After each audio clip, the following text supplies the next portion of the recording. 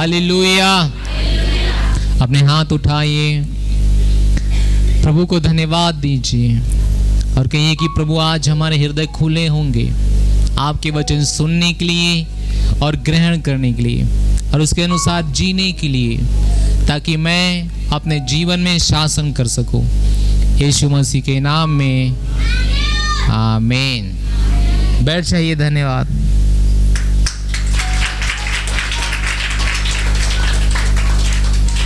Hallelujah.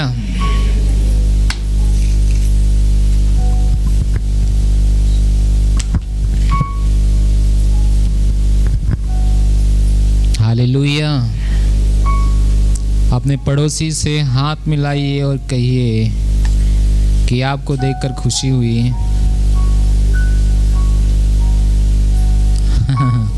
नहीं कर रहे हैं? क्यों नहीं कर रहे हैं? खुशी नहीं हुई देख के? Hallelujah, hallelujah.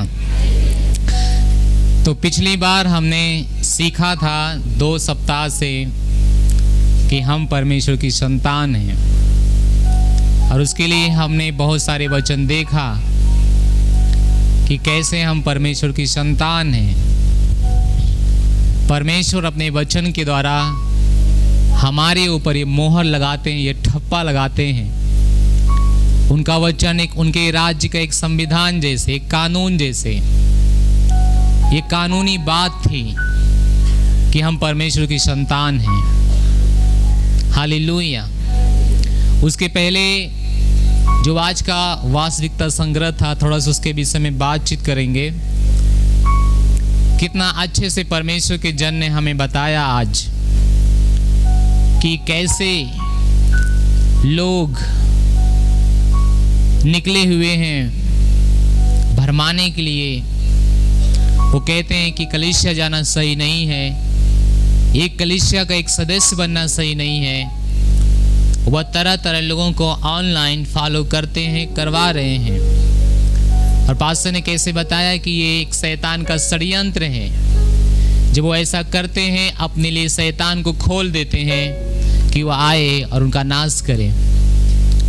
शुरुआती के समय में जब हमने कलीसिया शुरुआत किया, उसके बाद हमने बहुत समय एक उदाहरण दिया कि एक पेड़ उखाड़िए, यहाँ लगाइए, यहाँ से उखाड़िए वहाँ लगाइए, वहाँ से उखाड़िए वहाँ लगाइए, वो कभी फल नहीं देगा। लास्ट में उसका नतीजा होगा कि वो सूख जाएगा, वो किसी के काम नहीं आएगा। और परमेश्वर कहता है जो डाली नहीं फलती है उसे काट देना ही सही है। मसीहियों का एक कर्तव्य है वो फले फूले और महान रूप से आगे बढ़े, लेकिन कब? जब वह एक जगह रुके रहेंगे, जब उनका एक पास्टर होगा जिनको सिखाता है, उसके अनुसार वो चलते हैं। पास्टर ने बताया कि बहुत से लोगों के लिए कलीसिया जरूरी नहीं है, वो नहीं सोचते हैं कलीसिया क्यों जाना चाहिए, लेकिन पास्टर ने सिखाया कि कलीसिया एक सुरक्षा का स्थान है। कलीसिया में हम सुरक्षित हैं और दूसरों के लिए एक सुरक्षा का कारण हम बनते जा रहे हैं। इसलिए हमें हमेशा कलीसिया में, अपने घरेलू कलीसिया में वचन सीखने की जरूरत है। पास्टर ने कहा कुछ दिन पहले, अगर आपको आगे बढ़ना है, इस स्तर से दूसरे स्तर में जाना है, उस स्तर का आपको ज्ञान लेना पड़ेगा। हालेलुया। ज्ञान हमें बढ़ाता है। हमारे पास जैसा ज्ञान होगा वैसे जीवन होगा। उदाहरण के लिए आपका जीवन बहुत खुशहाल है, बहुत ठीक ठाक है, आपको नहीं पता है कि हमारे जीवन में कुछ हुआ या नहीं हुआ है। अब अचानक सोचते हैं कि हमारा रिपोर्ट होना चाहिए, हम देखना चाहते हैं शरीर में सब ठीक तो है। आप डॉक्टर के पास जाते हैं, डॉक्टर आपका ब्लड निकालता है और आपको एक ज्ञान देता है कि आपको HIV है। आपका पूरा जीवन खराब हो जाता है। आपको क्या बदल दिया? ज्ञान आपको बदल दिया।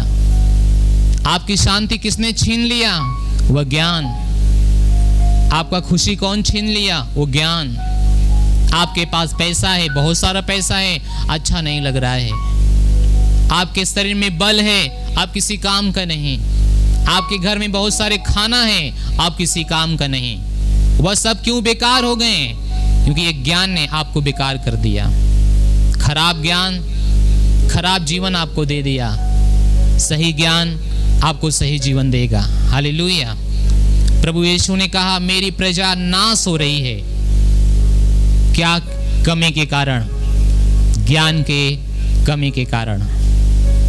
तो बहुत से आपके पास आएंगे और कहेंगे, बहुत सारी चीजें सिखाएंगे, ये सही नहीं वो सही नहीं आपको बताएंगे, लेकिन आपको अचानक उनकी बात पे विश्वास नहीं करना है। आपको अपना वचन देखना है, आपको परमेश्वर का वचन देखना है कि ये व्यक्ति परमेश्वर की ओर से कि परमेश्वर की ओर से नहीं है। जब परमेश्वर की ओर से उसकी बात मानो, जो परमेश्वर की ओर से नहीं उसकी बात मत मानो, उसके पीछे मत जाओ। उसके पास जो ज्ञान है वो आपको बनाएगा नहीं, आपको तबाह कर देगा। आज अंत के दिनों में कलीसिया को इस सीखने की जरूरत है। नहीं तो बाइबल कहती है कि अंत के दिन और कठिन समय आएंगे, कठिन समय आएंगे, अब अच्छा समय नहीं आएंगे। मंकी पॉक्स, कितने लोगों ने सुना उस बीमारी का नाम? वायरस कोरोना गया, मंकी पॉक्स आ रहा है। बहुत से लोग हर जगह पॉजिटिव पाए जा रहे हैं।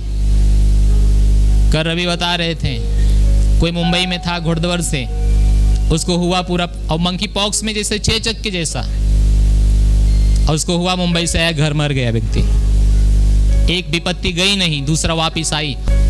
अंत के दिनों में कठिन समय आ रहे हैं, ना कि सही समय। इसलिए कलीसिया को और अधिक परमेश्वर ने कहा कि अंत के दिन जब देखोगे आते हुए, और अधिक इसे इकट्ठा होना तुम्हें पड़ेगा।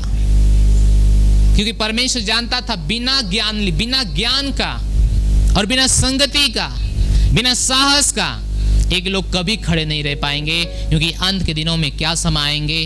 कठिन समय आएंगे। और ये अंत है, ये अंत का दिन है। हम यीशु के रास्ता देख रहे हैं, यीशु मसीह के आने का समय है। तो ये कठिन समय आ रहा है, और ये कठिन समय है। Hallelujah, hallelujah. तो एक परेशानी गई नहीं, दूसरी आ रही है। मंकी पॉक्स, फिर से वही तबाही, फिर से वही तमाशा, ये सब शुरू होगा, ये सब चलेगा। क्यों? क्योंकि जैसे पास्टर ने आज मैसेज में कहा, कठिन समय आ रहे हैं। इससे भयानक समय, इससे कठिन समय है। इसलिए आज की कलीसिया को ज्ञान में बढ़ने की जरूरत है। ज्ञान होगा तो उसके पास सामर्थ होगी, ज्ञान होगा तो उसके पास जीवन होगा, ज्ञान होगा तो जी लेगी। आज की कलीसिया को केवल एक बढ़ता हुआ ज्ञान चाहिए, और आज क्या हो रहा है उसके विषय में ज्ञान। इसलिए आपको सावधान रहने की जरूरत है। हंस लीजिए, हा हा हा, हालेलुया, हालेलुया। तो आप लोग को देखना है, हर एक के पीछे जाना सही नहीं है, हर एक का बात सुनना सही नहीं है। हमने क्या बताया? जैसा ज्ञान वैसा जीवन। हम हर एक की बात सुनते हैं, और हम कहते हैं सुनने से क्या होता है। कुछ लोग हर एक चीज देखना चाहते हैं, वो कहते हैं देखने क्या होता है। आपको पता है, मृत्यु जब आती है वह देखने के कारण आती है, और सुनने के कारण आती है। उदाहरण के लिए, अगर आप किसी अच्छी लड़की या लड़की को देखते हो, आप कहां से देखते हो? आंखों से देखते हो, और वह चीज आंखों के द्वारा आपकी बॉडी में जाती है, आपके हृदय में जाती है। और जब आप बॉडी में, हृदय में जाती है, आप पाप किए बिना रुकते नहीं हो। हाँ कि ना? सही या गलत है? शुरुआत कहां से हुआ था? देखने के द्वारा, और वो पाप होता है, और पाप मौत को जन्म देता है। देखना बहुत कुछ है। कुछ लोग देखने के लिए कहीं जाते हैं।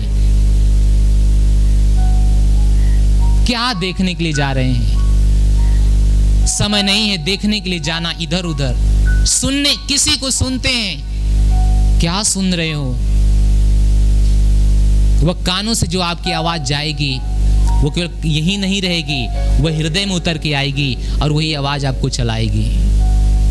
मेरी बात सुन रहे हैं, सीख रहे हैं? आज आपको क्या जरूरत है? ज्ञान, ज्ञान होगा तो सामर्थ होगी, ज्ञान होगा तो जीवन होगा, ज्ञान होगा तो महिमा होगी। और ज्ञान नहीं होगा, आपको कोई अरबों रुपया दे जाए, आपके किसी काम का नहीं। हाँ कि ना? सही है गलत है? हालेलुया। तो हम लोगों ने सीखा कि हम परमेश्वर की संतान हैं, परमेश्वर की संतान। कहिए हम परमेश्वर की संतान हैं, हम परमेश्वर की संतान हैं। जब हम परमेश्वर की संतान हैं, ये जान गए हैं, तो अब हमें उसके रास्ते पे चलना पड़ेगा। हाँ कि ना? कोई व्यक्ति जान जाए कि वो प्रधानमंत्री की संतान है, अब वो प्रधानमंत्री के रास्ते पे उसको चलना पड़ेगा। मेरी बात समझ आ रही है ना? समय है कि हम आप मिलकर एक ऐसा माहौल बनाएं जो हमारे परमेश्वर को प्रकट करे। अब हमें आपको परमेश्वर के रास्ते पे, परमेश्वर के जीवन को लेके चलना पड़ेगा। केवल हम परमेश्वर की संतान कह के नहीं हो जाते हैं, बल्कि हम अपने कामों से परमेश्वर की संतान होंगे। हमारे काम बताएंगे हम परमेश्वर की संतान हैं कि हम शरीर के संतान हैं, कि हम शैतान की संतान हैं। एक शरीर का संतान, दूसरा शैतान का संतान, तीसरा परमेश्वर का संतान। तीनों के काम अलग हैं। यहूदा यीशु के साथ चलता रहा, 3.5 साल तक चला, लेकिन वह शैतान का संतान ही था, ना कि परमेश्वर की संतान था। परमेश्वर उसको चुना था, लेकिन फिर भी वो बना रहा शैतान की संतान अपने कामों के द्वारा। कैन शैतान की संतान बन गया, बात ना मानने के द्वारा, अपना दिमाग चलाने के द्वारा।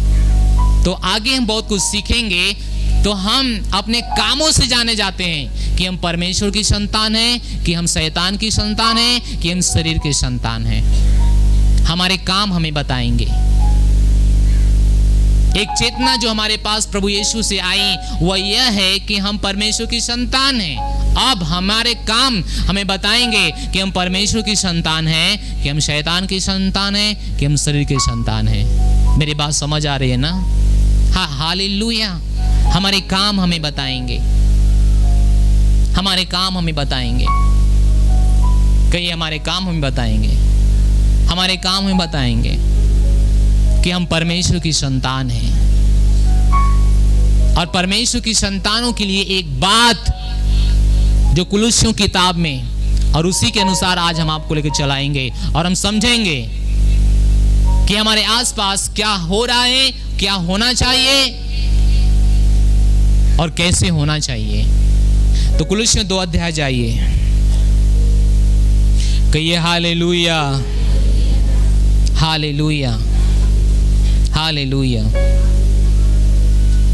हालेलुया। कुलुस्सियों 2 अध्याय 1 वचन से जाएंगे। सब लोग बाइबल खोलिए, अपनी बाइबल पढ़िए, अपनी बाइबल मिलाइए। अच्छी बात है कि आपके पास अपनी बाइबल है, अगर नहीं है तो आप एक बाइबल ले लीजिए। Hallelujah, hallelujah. 1 वचन से 2 अध्याय 1 वचन।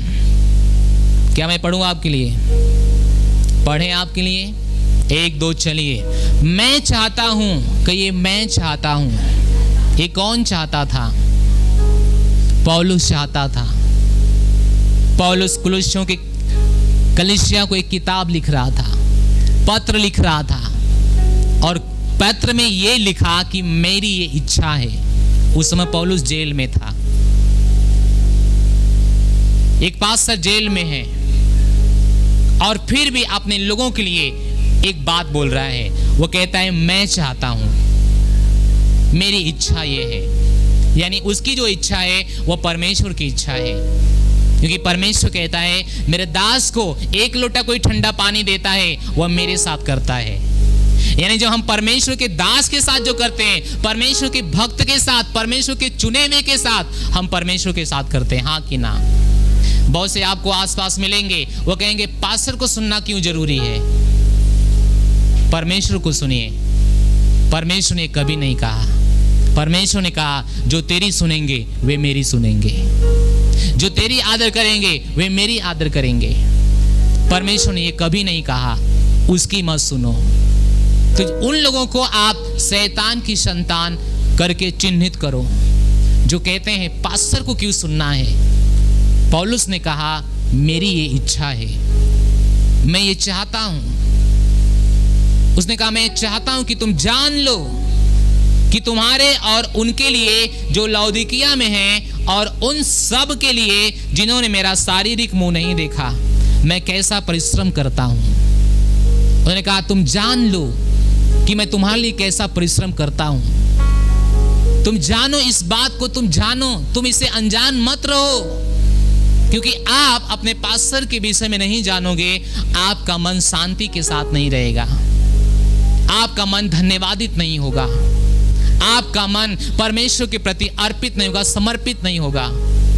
आप किसी भी बात के साथ जो पास्टर के मुंह से निकल रहा है उसमें आप विश्वास करने में आपको बहुत कठिनाई होगी, जब तक आप जान नहीं लेंगे। हालेलुया, हाथ उठा के हालेलुया, हालेलुया। सब लोग मुझे देखो, संजू मुझे देखो, हालेलुया। उसने कहा तुम जान लो कि मेरा परिश्रम तुम्हारे लिए कितना है। एक व्यक्ति जो जेल में बैठा है फिर भी उन लोगों के लिए प्रार्थनाएं कर रहा है। जेल में क्यों गया? चोरी नहीं किया था। जेल में क्यों गया? किसी का मर्डर नहीं किया था, हत्या नहीं किया था, गाली नहीं दिया था। परमेश्वर का सुसमाचार ही तो सुना रहा था, परमेश्वर के लोगों को ही तो सिखा रहा था, परमेश्वर के लोगों को लिए ही तो अपने आप को जोखिम में डाला। आज वो व्यक्ति जेल में है और कलीसिया कहता है जान लो कि ये सब कुछ जो हुआ ये हमारे कारण नहीं हुआ, ये तुम्हारे कारण हुआ है। जानो तुम इसको। एक हर विश्वासी को अपने पास्टर की परिश्रम जानने की जरूरत है, उसके काम को जानने की जरूरत है। अगर आप उसको नहीं जानेंगे आप परमेश्वर कभी नहीं जानेंगे, क्योंकि एक पास्टर परमेश्वर का प्रगटीकरण है जो परमेश्वर की बातों को आपके ऊपर प्रकट करता है। जब परमेश्वर को अपने लोगों से बात करना था पुराने समय में, तो परमेश्वर ने अपने लोगों से बात किया। मूसा के द्वारा बात किया, यूशु हारून के द्वारा बात किया, यहोशू के द्वारा बात किया, अब्राहम के द्वारा बात किया, दाऊद के द्वारा बात किया, परमेश्वर याजकों के द्वारा बात किया। परमेश्वर कभी किसी को डायरेक्ट बात नहीं किया और आज भी नियम बदला नहीं है। सही है? Hallelujah, hallelujah. उसने कहा जान लो, तुम्हें पता होना चाहिए कि मैं तुम्हारे लिए कैसा परिश्रम करता हूं। तुम्हें पता होना चाहिए। 2 वचन में उसने कहा ताकि उनके मनों में शांति हो। जब आप जानते हैं किसी के अच्छाई को, आपको बहुत शांति मिलता है, हाँ कि ना? आपको बहुत सुकून मिलता है। वो अगला व्यक्ति, कभी मैं जब सुनता हूं अपने पास्टर से, मैं तुम्हारे लिए प्रार्थना कर रहा हूं, मैं तुम्हारे लिए प्रार्थना करूंगा, मैं तुम्हारे लिए परिश्रम कर रहा हूं, मुझे बहुत शांति मिलती है। मैं हमेशा सोचता हूं मेरे लिए आज भी कोई जीवित है, प्रार्थना कर रहा है, मेरा देखभाल कर रहा है। मैं हमेशा सोचता हूं। कब? जब मैं जानता हूं, और मैं हर दिन जानने की कोशिश करता हूं। पौलुस ने कहा जान लो, कलीसिया आज जान लो कि तुम्हारे पास से तुम्हारे लिए कितना परिश्रम कर रहे हैं।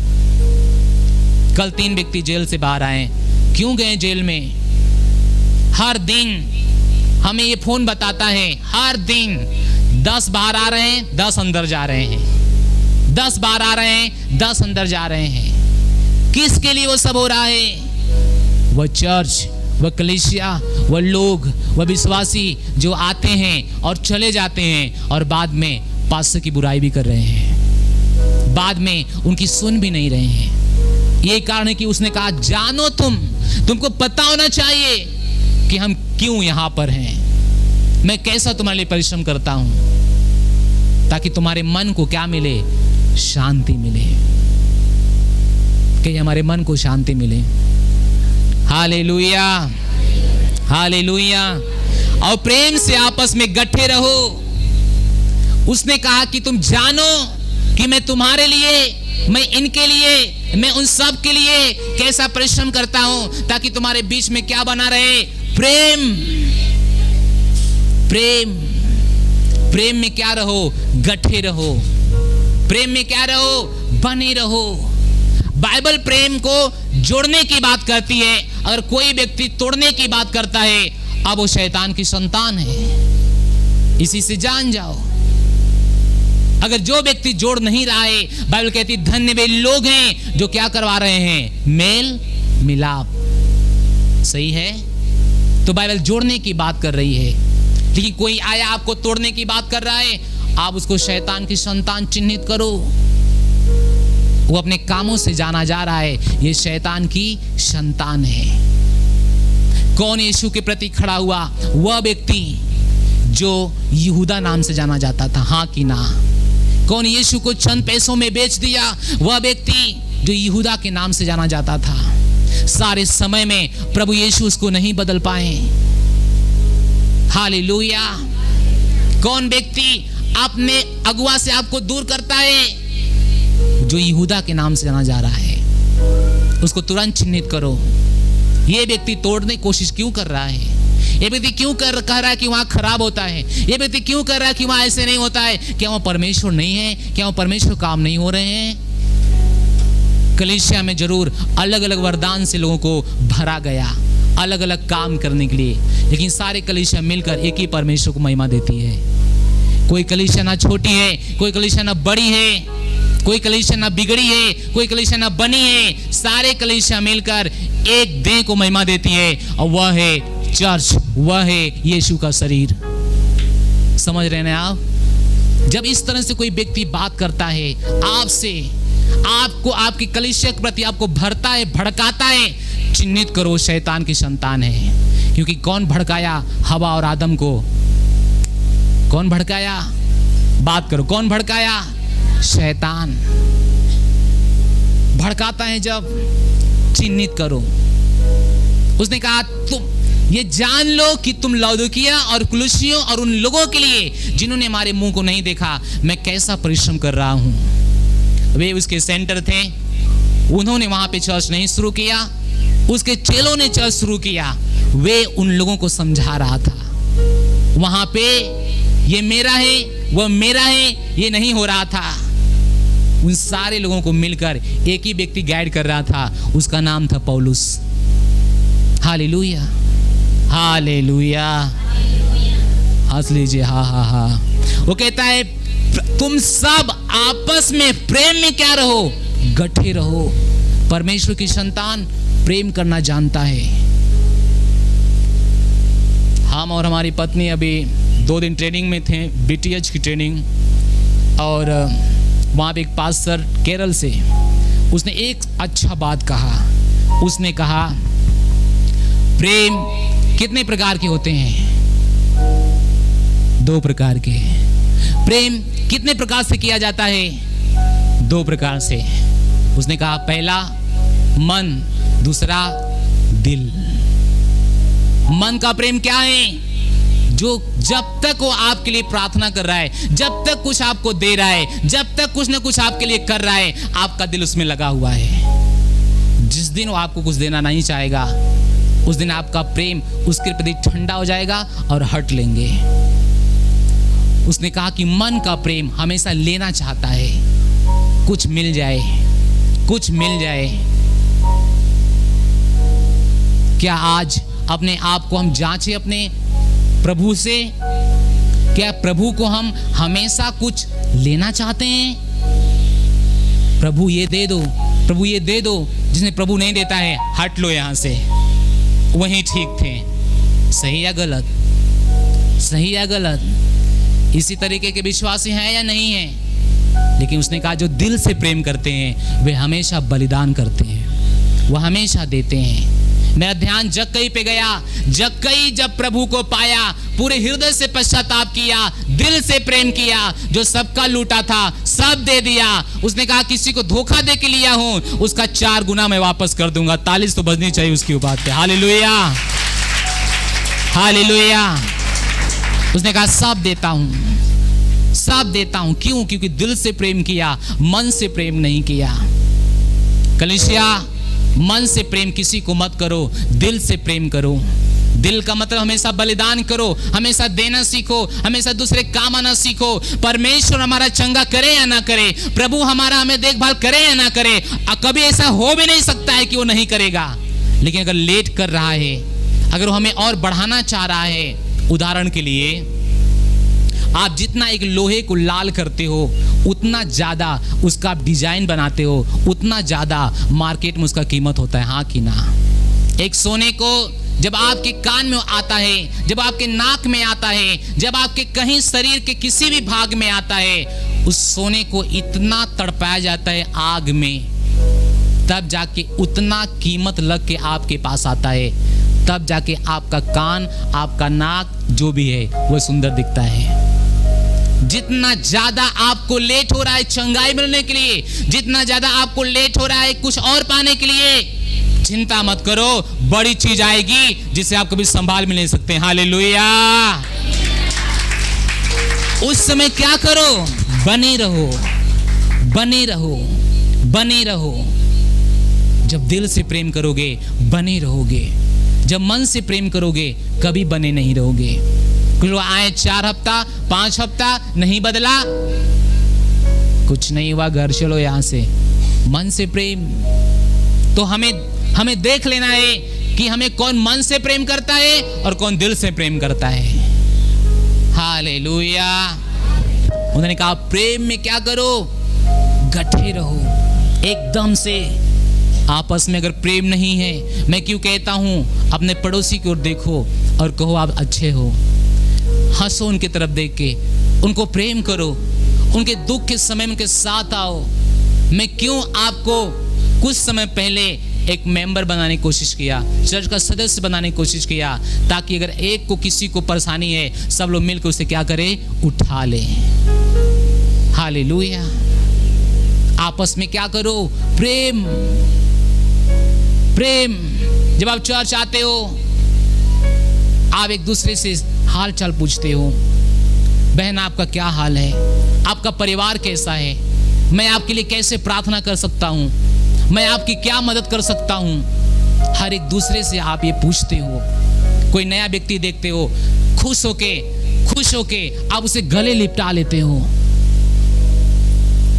कोई एक व्यक्ति नहीं, सब लोग ऐसा करते हो ताकि वह आए, प्रेम परमेश्वर का समझ पाए जो आपके अंदर डाला गया है, जो आपको करने के लिए कहा जाता है।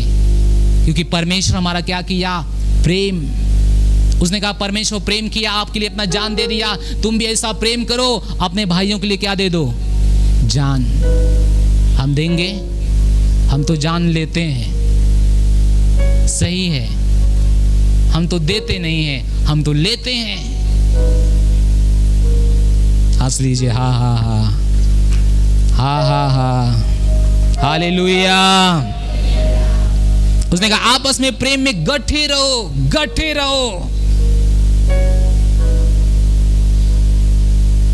मेरे हाथ में कल एक कागज था, कागज बड़ा था, हमने कुछ इसके बारे में नहीं सोचा, केवल फाड़ा और हाथ में रखा, सारे कागज उड़ गए। परमेश्वर ने मुझे बताया जब तुम सब बने नहीं रहोगे, एक नहीं रहोगे, ऐसे ही सब उड़ जाएंगे। और ज्यादा हवा नहीं थी, केवल थोड़ी सी हवा, सारे कागज उड़ गए।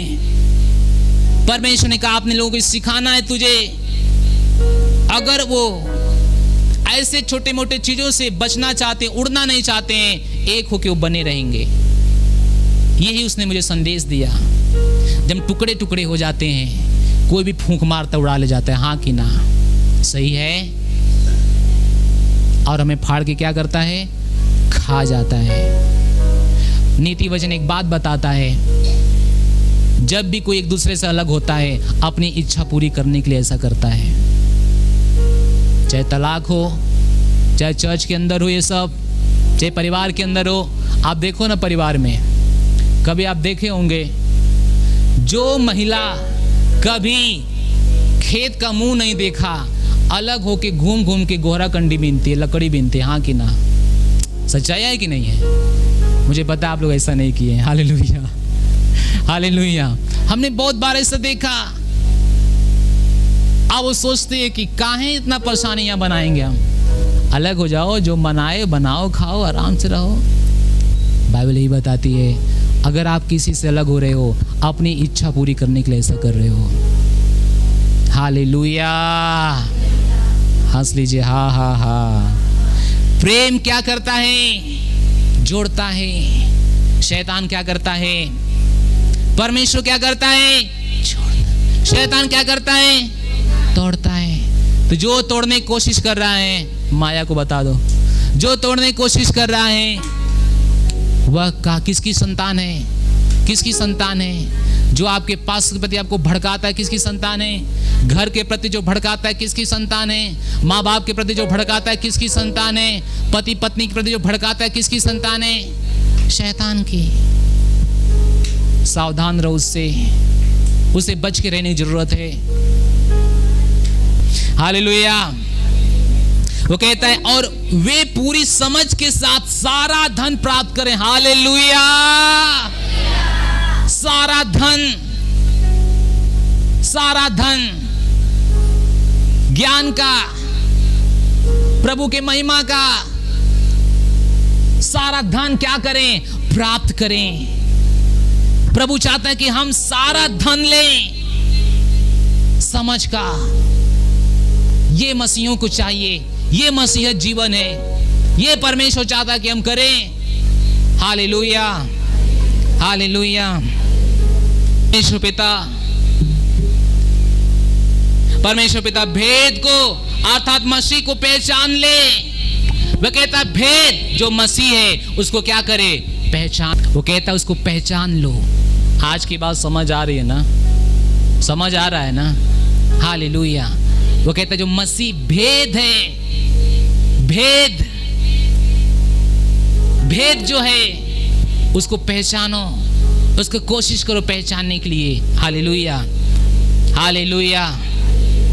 4 वचन, ये मैं इसलिए कहता हूं कि कोई मनुष्य तुम्हें लुभाने वाली बातों से धोखा आ गया।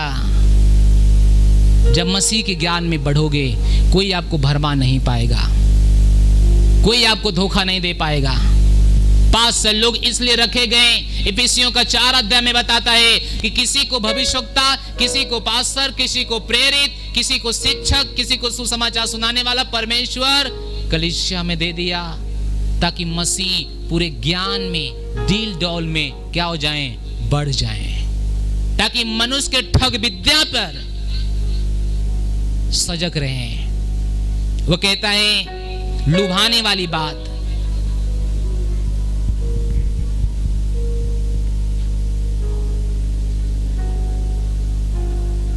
अच्छा, हालेलुया।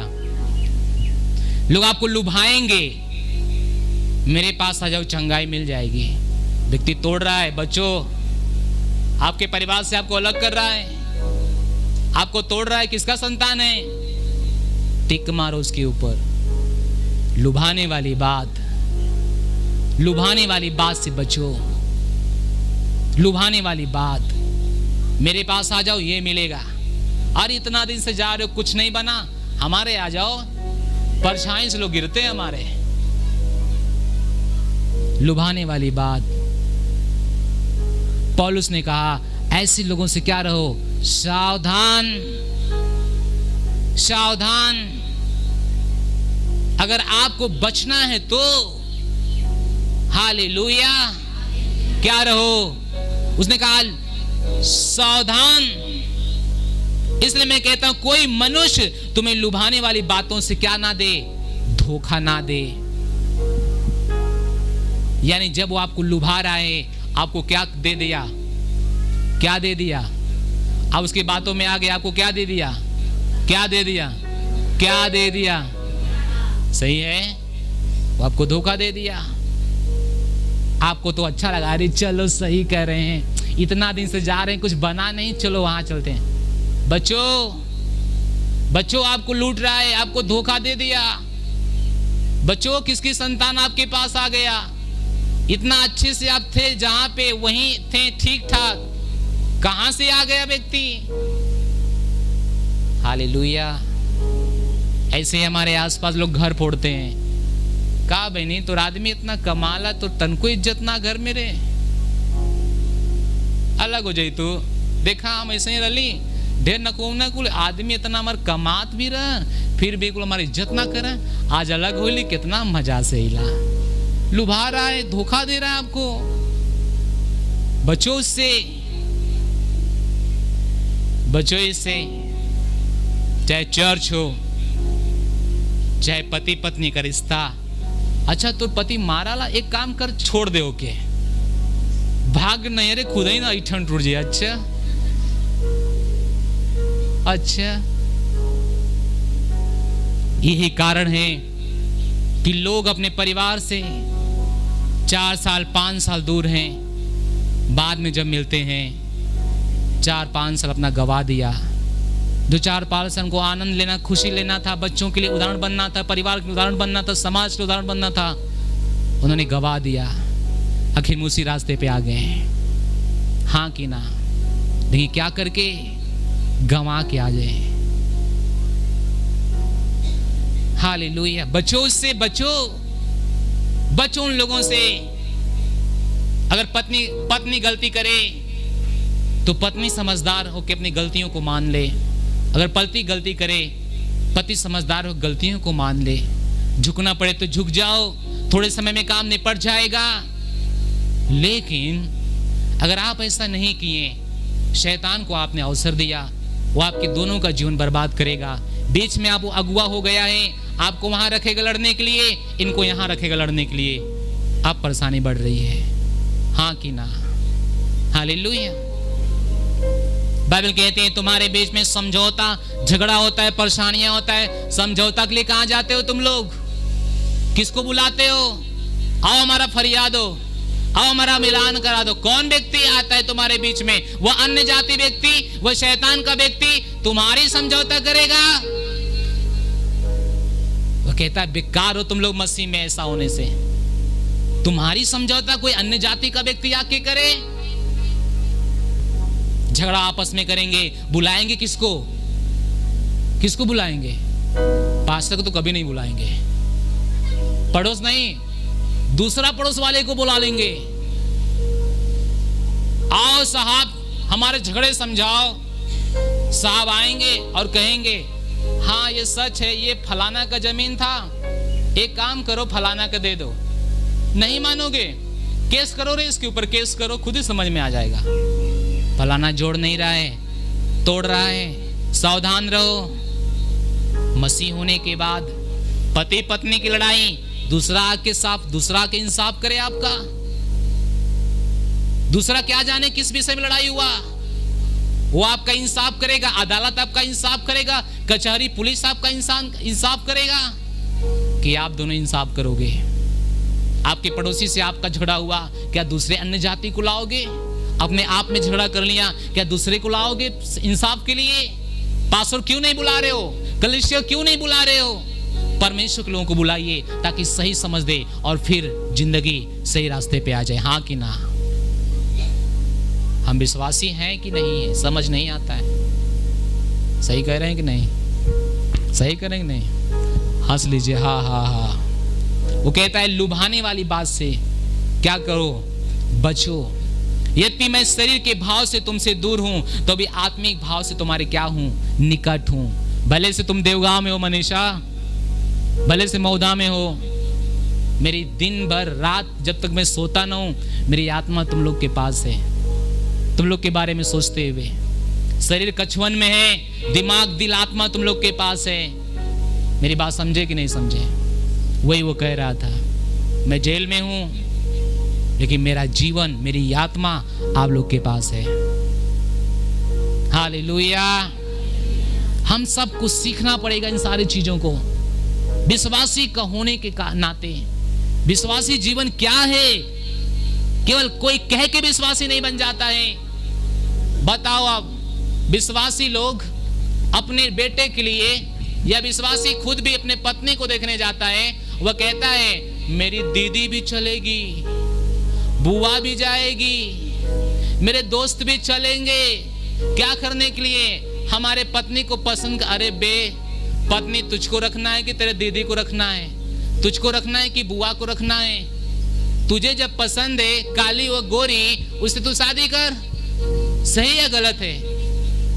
लेकिन अब वो भी बीतना किसके साथ है? लड़के के साथ। पत्नी किसकी होगी? लड़के की होगी। जीवन साथी किसकी बनेगी? पसंद कौन करेगा?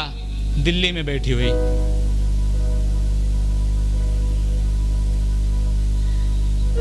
हेलो हेलो, हंस लीजिए। हाँ हाँ हाँ, क्या मसीह जीवन है? क्या ये हमें करना है? क्या हम ये करेंगे?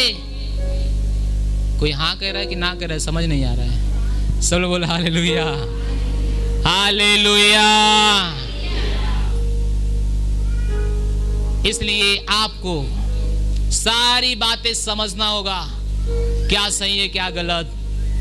हर कदम मत उठाओ, हर कदम मत उठाओ। हालेलुया। 6 वचन। अतः जैसे तुमने मसीह यीशु को प्रभु करके ग्रहण कर लिया, वैसे उसी में क्या करो? चलते रहो। क्या करो? कहां चलो? कहां चलो? कहां चलो? मसीह में। मसीह में आप चलो। संसार के जीवन आप जीना बंद कर दो। जैसे आपने प्रभु को प्रभु करके ग्रहण कर लिया, आप प्रभु में जीवन जी लो। कैसे? संसार की तरह काम मत करो, संसार की तरह व्यवहार मत करो, संसार की तरह कुछ ऐसा काम मत करो जो आपके प्रभु परमेश्वर को दुख हो। बाइबल कहती है संसार की तरह मत चलो, अब मसीह की तरह चलो। यही तो मसीह जीवन है। यही सीखने की आज जरूरत है। कुछ भी हो जाए, अपने आप को प्रभु की तरह चलाने की कोशिश करो। संसार का जीवन अलग, प्रभु का जीवन बिल्कुल अलग। यही कारण था कि जब प्रभु ने मिस्रियों को निकाला, मिस्र में से इजरायलियों को जब निकाला,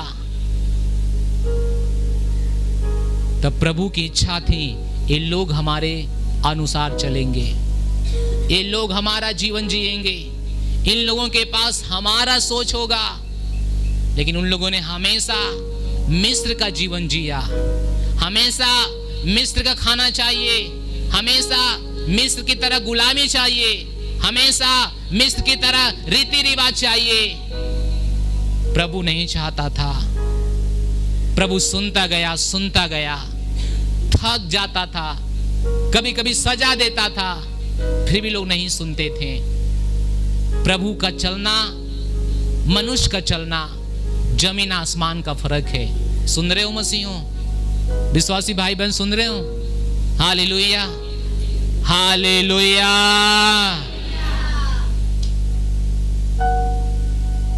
जैसे प्रभु यीशु ग्रहण कर लिया, उसी में आप चलो, उसी में आप बढ़ो। स्वर्ग इसलिए नहीं जाओगे कि चर्च में आते हो, स्वर्ग इसलिए जाओगे कि यीशु मसीह के रास्ते पे चलते हो। कहो आमीन। स्वर्ग कैसे जाओगे? यीशु मसीह के रास्ते पे चलते हो। चर्च में आते हो, घर पे जाते हो, दो तरह का जीवन जीते हो। बाइबल कहती है ये सही नहीं है। अच्छा होता कि तू ठंडा होता या गर्म होता। जो मसीह को पसंद है वो करो। संसार को खुश करने के लिए कुछ मत करो। अरे नहीं करेंगे, इनका दिल दुखेगा। दुखने दो। किसका दिल ज्यादा सही है, परमेश्वर का या उसका? उसका दुखेगा तो क्या हुआ, कल फिर सही हो जाएगा। परमेश्वर का दुखेगा तो क्या होगा? इसलिए प्रभु कहता है, अतः जैसे तुमने मसीह यीशु को प्रभु करके ग्रहण कर लिया, वैसे उसी में क्या करो? चलते रहो। 7 वचन। वो कहता कि और उसी में जड़ पकड़ते और बढ़ते जाओ, और जैसे तुम सिखाए गए वैसे विश्वास में दृढ़ होते जाओ, और अधिक धन्यवाद करो। वो कहता उसी में जड़ पकड़ो। कहां बढ़ो? मसीह में। आज मैं लोगों को कहता हूं बपतिस्मा नहीं हुआ तो बपतिस्मा ले लो, हम तो आपको बढ़ा रहे हैं, लेकिन आप पीछे करते हो अपने कदम को। क्यों? संसार आपको क्या कहेगा? क्यों? रीति रिवाज आप नहीं कर पाएंगे। हाय, ये मसीहत नहीं है। बंद करो ये सब, घर बैठो आराम से।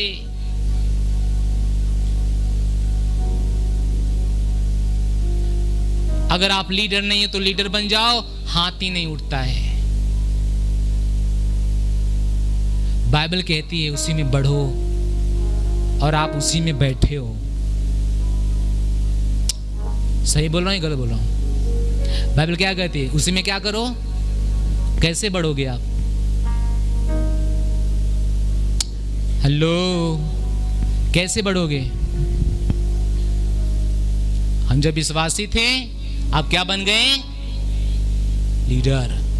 आप लीडर हैं, क्या बन जाएं? Cell leader. आप सेल लीडर हैं, क्या बन जाएं?